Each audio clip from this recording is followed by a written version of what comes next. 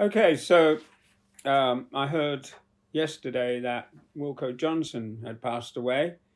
It's always sad when somebody dies, especially a musician. I have a personal story involving Wilco Johnson.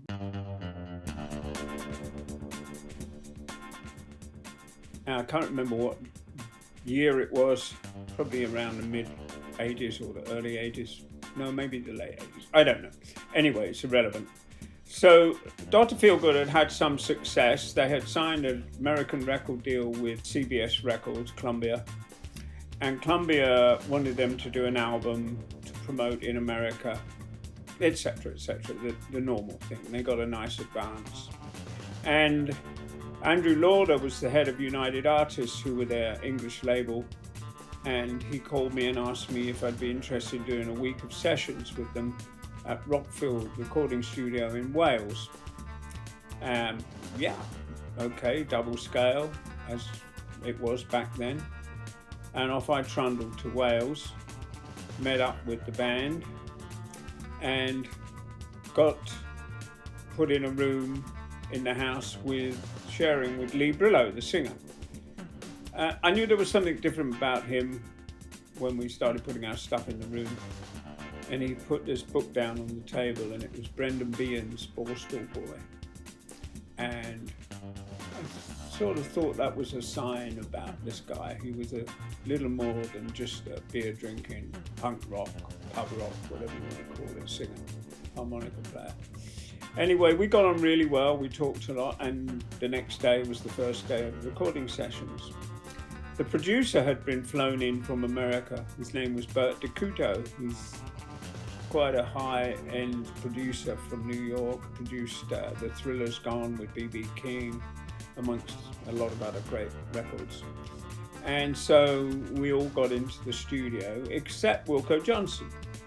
So we sat around, had some tea and toast and breakfast, and still no Wilco. So now it's midday, and the boys are saying, well, let's go down to the pub and have a pint, have a bit of lunch, come back. Which we did. Still no Wilco Johnson. Well, by mid-afternoon, we're jamming around in the studio, and I said, well, is he going to come? They said, we don't know. Okay, and Bert, the producer, was a bit nonplussed, as I was. Well, it transpired we went the whole day without Wilco Johnson. He didn't turn up. He didn't come out to college. Same thing next day. Well, that afternoon, I went and banged on his door and said, hey, man, we're recording, we're waiting for you. Nothing. So we went back. I walked in the studio and picked up a guitar and started playing. Bert DeCuto came out and started playing the piano, and we laid down this funky little track. Third day, still no Wilco. Finally, that evening, he turns up in the studio. We play him the track. Well, it's not very feel-good, is it? He says. And I said, well, that's because you weren't here, mate. You know? And that night, Lee poured it all out. He was not happy. The rest of the band weren't happy. Prancing around like a bad neuraf was one of Lee's expressions. He thinks he's the star of the show. What do you think? He said to me. And I said, well, I never tell anybody what to do, and I'm not going to tell you what to do about it, but let me tell you one thing, nobody is indispensable. The perfect example of that is when Peter Gabriel left Genesis and everyone thought, well, that's the end of that band. Phil Collins jumps up from behind the drums and takes over the vocal duties, and they ended up being bigger than they ever were. So it was obvious that this was not going to carry on for much longer. We carried on, finished the album, which was always strained in every respect, and it came out and Wilco was gone.